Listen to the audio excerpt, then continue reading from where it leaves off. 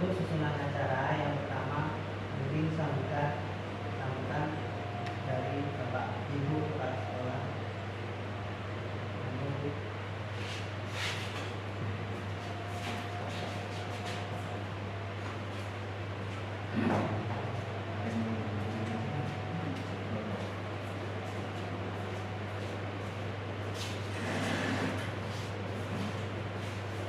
Assalamualaikum warahmatullahi wabarakatuh. Untuk yang beragama, kami ucapkan selamat siang. Selamat siang. Marilah kita panjatkan puji syukur kepada Tuhan karena pada kesempatan siang hari ini kita masih diberi rahmat sehat, sehingga kita bisa bertemu kembali dan bisa melaksanakan tugas sebagaimana mestinya. Yang terhormat kepada Bapak Munanto sebagai pendamping Bapak Andi sebagai guru penggerak, yang terhormat kepada Bapak Ibu Guru Tuan Guru SD Negeri 2 Gunungsari. Perkenankanlah saya berdiri di sini untuk menyampaikan sesuatu kepada Bapak Munanto. Saya mengucapkan terima kasih karena Bapak bersedia hadir, bersedia mendampingi Pak Andi sebagai guru penggerak. Dan saya mohon bimbingannya untuk guru kami ini supaya Pak Andi menjadi guru penggerak sebagai motivasi di SD ini. Dan Pak Andi juga begitu pula supaya dia semakin semangat dan minta bimbingannya, minta dukungannya.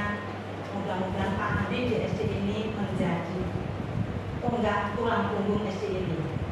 Dia yang harus bergerak. Katanya kalau bergerak, kalau dia nggak bergerak, katanya bukan guru penggerak. Kata Bapak, dia kan harus bergerak.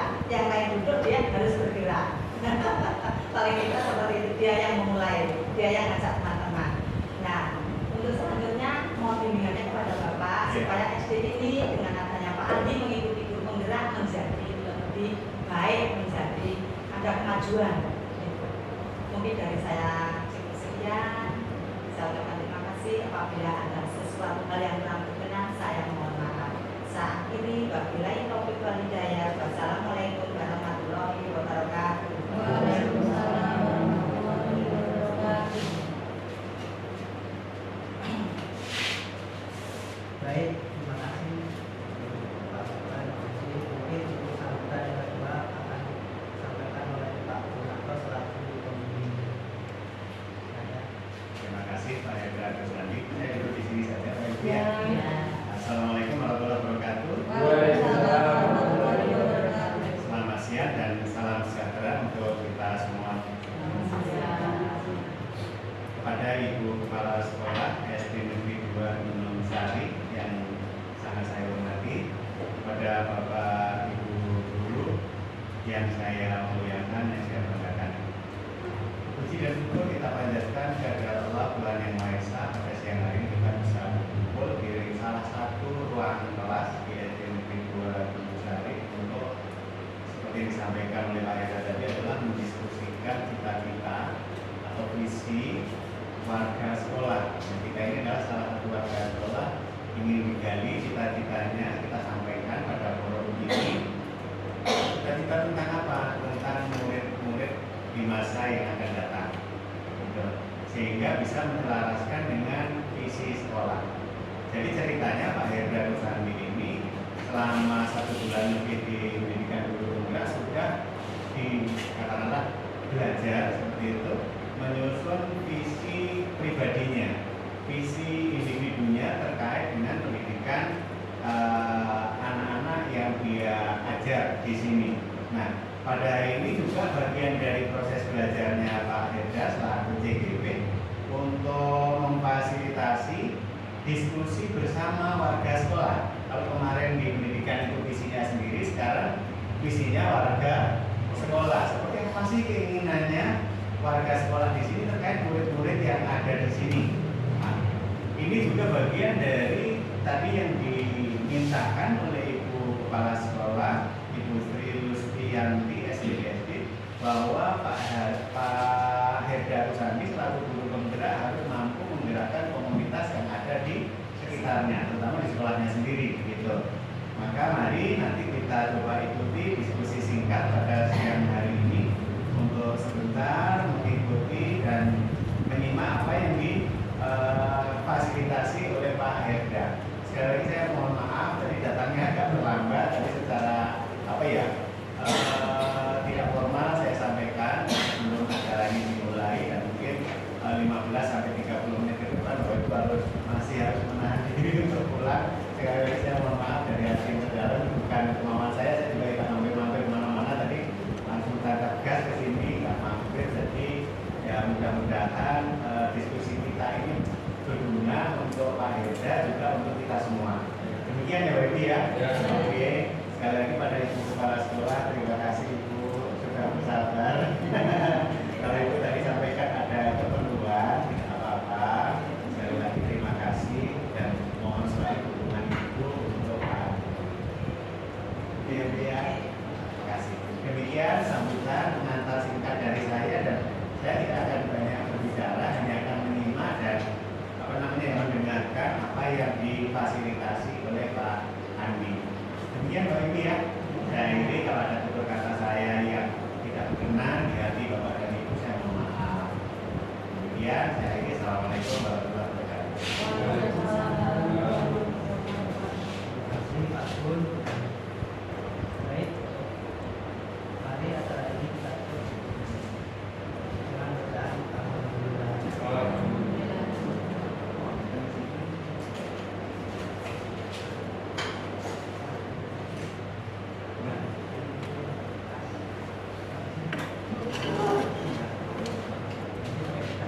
Tulisan aja nggak apa-apa. Baik Bapak Ibu, di sini kita akan berdiskusi tentang visi dan prakasa perubahan SDN Negeri 2 Gunung. Sebelum kita berdiskusi, kita cari dulu apa sih yang dimaksud dengan itu visi.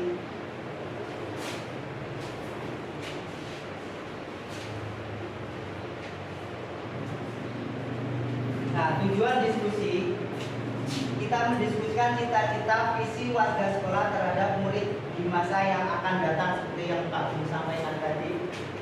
Nah, yang pertama susunan acara, yaitu pengantar tujuan diskusi, merumuskan kalimat penumpang dan melihat visi sekolah. Nah, yang ketiga, mengidentifikasi perilaku yang mencerminkan visi. Yang keempat, mendiskusikan inisiatif perubahan yang dapat dilakukan di sekolah. Yang kelima, penutup. Nah, yang pertama tadi kita tentang tujuan diskusi. Tujuannya yaitu mendiskusikan cita-cita visi sekolah, visi warga sekolah terhadap murid di masa yang akan datang.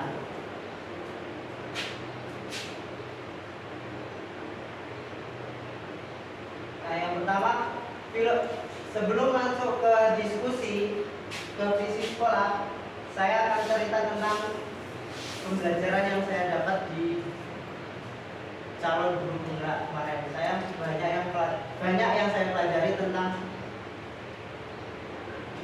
filosofi Ki Hajar Dewantara. Filosofi Ki Hajar Dewantara dalam pendidikan merdeka belajar, anak harus mendiskusikan dengan kodrat alam dan kodrat zamannya. Artinya, pendidikan harus sesuai dengan minat, bakat, kemampuan anak serta dengan tuntunan zaman. Filosofi ini dasar penting dalam mewujudkan profil Pancasila. Nah, ini 6 profil pelajar Pancasila, yaitu meliputi kebinakaan global, gotong royong, kreatif, kenalan kritis, mandiri, beriman, dan bertakwa.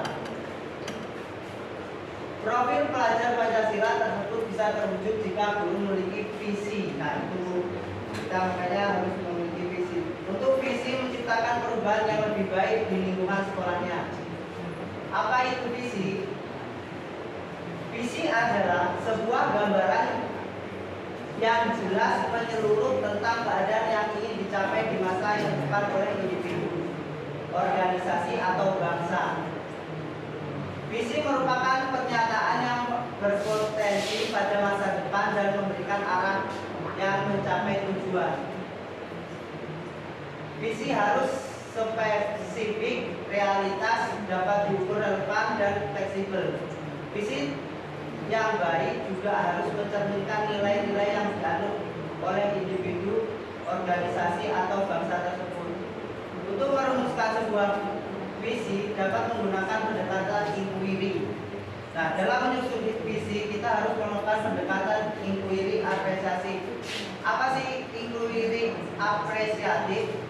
Inquiry apresiatif adalah pendekatan dalam proses pembelajaran yang bertujuan untuk menggali kearifan, nilai-nilai kekuatan, sumber daya yang ada dalam konteks tertentu. Nah, pendekatan inquiry apresiatif itu mendorong siswa atau peserta didik menggali kekuatan bahkan dalam mereka sendiri, serta memahami keunikan dan kontribusi positif yang mereka bisa berikan. Pendekatan ini menekankan pengembangan potensi positif dari fokus pada kelemahan atau kekurangan. Nah, untuk diskusi hari ini kita harus dalam menciptakan visi sekolah kita harus mengisi beberapa mengisi pertanyaan kalimat rupang. Yang pertama, kita memimpikan murid yang seperti apa? Coba Bapak Ibu bisa nulis di kertas lembar atau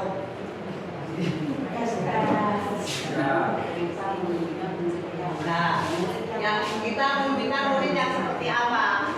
Yang kedua, kita percaya bahwa murid adalah titik-titik. Yang ketiga, di sekolah kita mengutamakan apa?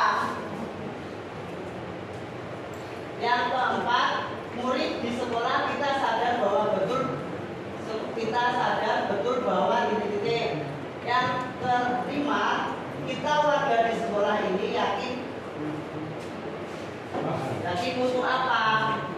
Nah, yang terakhir, kita dan warga di sekolah paham bahwa mungkin untuk yang pertanyaan yang pertama bisa Bapak Ibu tulis terlebih dahulu.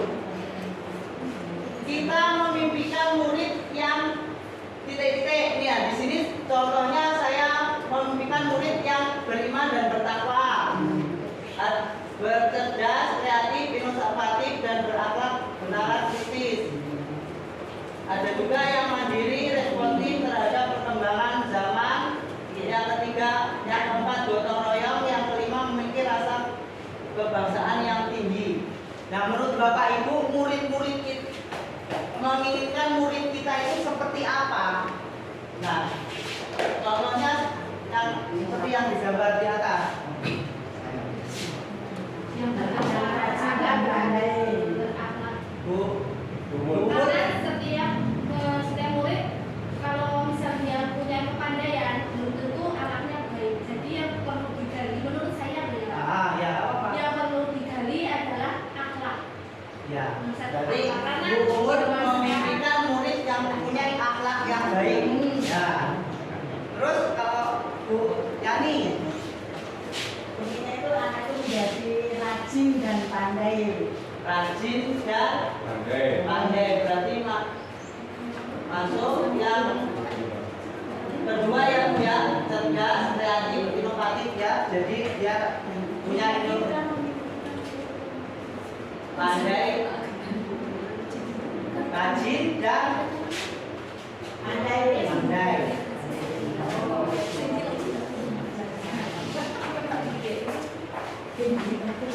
Menginginkan murid dari umur yang akhlak.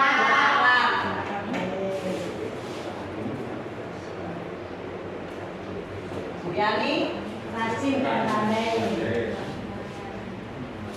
rajin dan pandai. Bertanggung jawab. Tanggung jawab. Inovatif.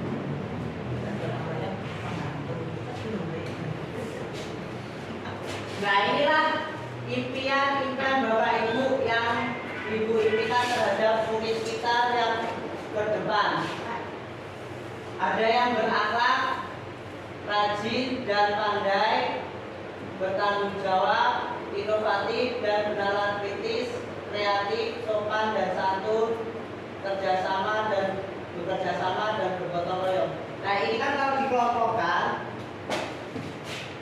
berakhlak ini masuk sama dengan sopan dan santun, rajin dan pandai masuk dengan berpikir kritis dan Inovatif, kreatif sama ya. Bertanggung jawab semua. semua, Ya, mencakup semua. mencakup semua, bekerja sama sama bergotong royong sama.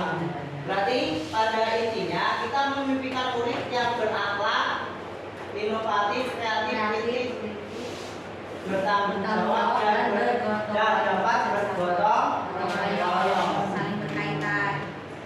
Nah untuk pertanyaan yang kedua,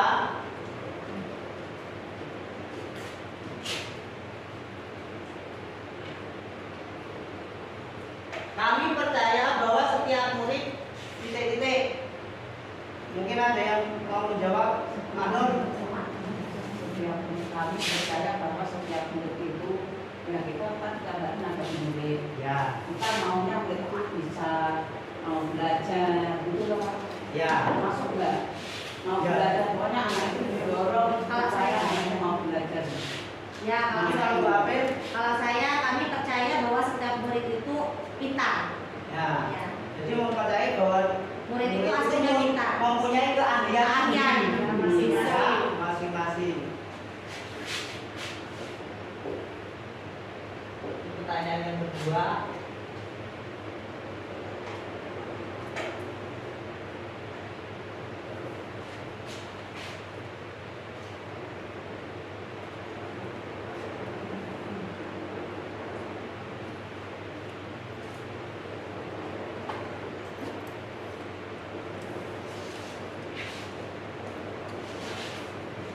nah, kita percaya bahwa setiap murid memiliki keahlian masing-masing. Gimana Pak Ri? Apakah sejalan dengan Pak Fred? Ya, Apa? anak itu kan Punya berpikiran berbeda-beda. Maka kalau kita satu persatu itu kan ada perbedaan. Maka yang kita tahu itu adalah tentang kita. Ya. Anak itu mau dibawa kemana dan kita bisa mengikuti anak itu mau kemana. Ya, jadi pada dasarnya setiap murid itu memiliki keahlian masing-masing ya. Ya, karakter dan keahlian masing-masing. Memiliki harapan dan cita-cita. Nah, di sekolah kita mengutamakan pembelajaran yang apa? Mengutamakan yang seperti apa? Nah, di sini saya menuliskan di sekolah kita itu menggunakan penerapan pendidikan yang berkarakter seperti filosofi Ki Hajar Dewantara. Yang kedua, pendidikan yang pembelajaran yang berpihak pada murid. Ya. Yang ketiga, lingkungan belajar yang aman dan nyaman.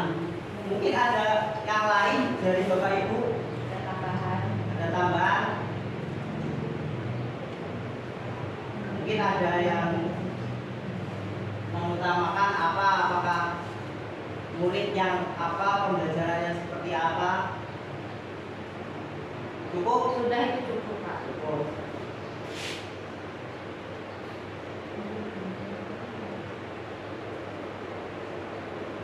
Nah, ini contoh visi saya di Guru Penggerak kemarin. Saya mempunyai visi terwujudnya generasi yang unggul dalam prestasi, berakhlak, dan berkarakter sesuai profil pelajar Pancasila.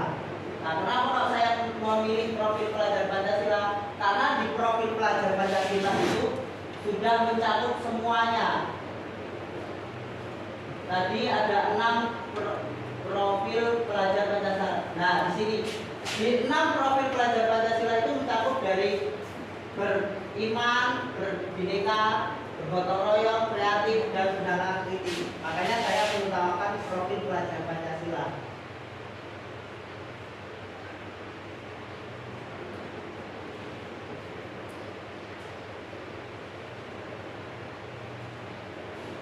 Nah, pertanyaan selanjutnya, murid di sekolah kita sadar betul bahwa, nah di sini saya menuliskan sekolah bukan hanya tempat untuk menuntut ilmu, tetapi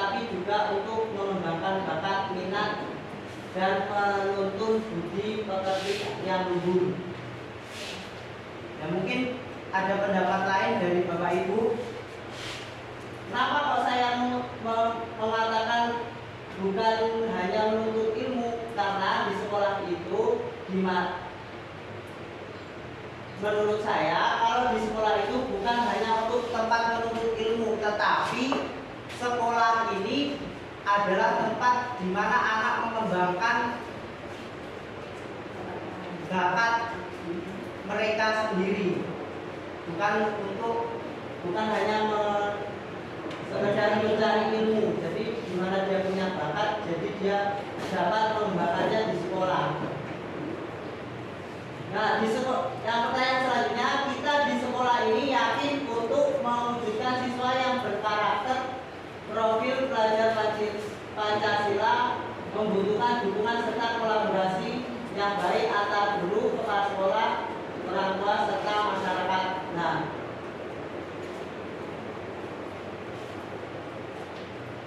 untuk pertanyaan yang selanjutnya, kita dan warga sekolah paham bahwa pendidikan bukan sekedar mentransfer ilmu saja, tetapi juga menanamkan budi pekerti sesuai dengan profil pelajar Pancasila. Mungkin dari pertanyaan yang kelima ini ada